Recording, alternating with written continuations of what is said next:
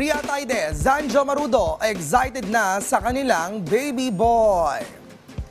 Sa surprise gender reveal party, kasama ang malalapit na kaibigan ng couple, ay nilaman ang hinihintay na gender ng kanilang baby.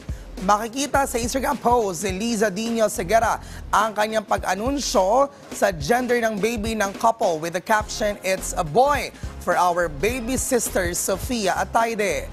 Dagdag pa ni Liza na mukhang magiging magka-birth pa nga ang baby ng couple at ng kanyang asawang si Ay Segura. Bukod sa Segura family, marami rin dumalos sa kanilang gender reveal party. Kasama na rito ang kapatid ni Rian na si Arjo Ataide, asawang si Maine Mendoza at si Dominic Ochoa.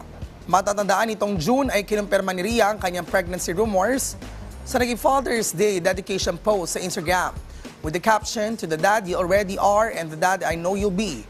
Love you, so excited for this new chapter with you."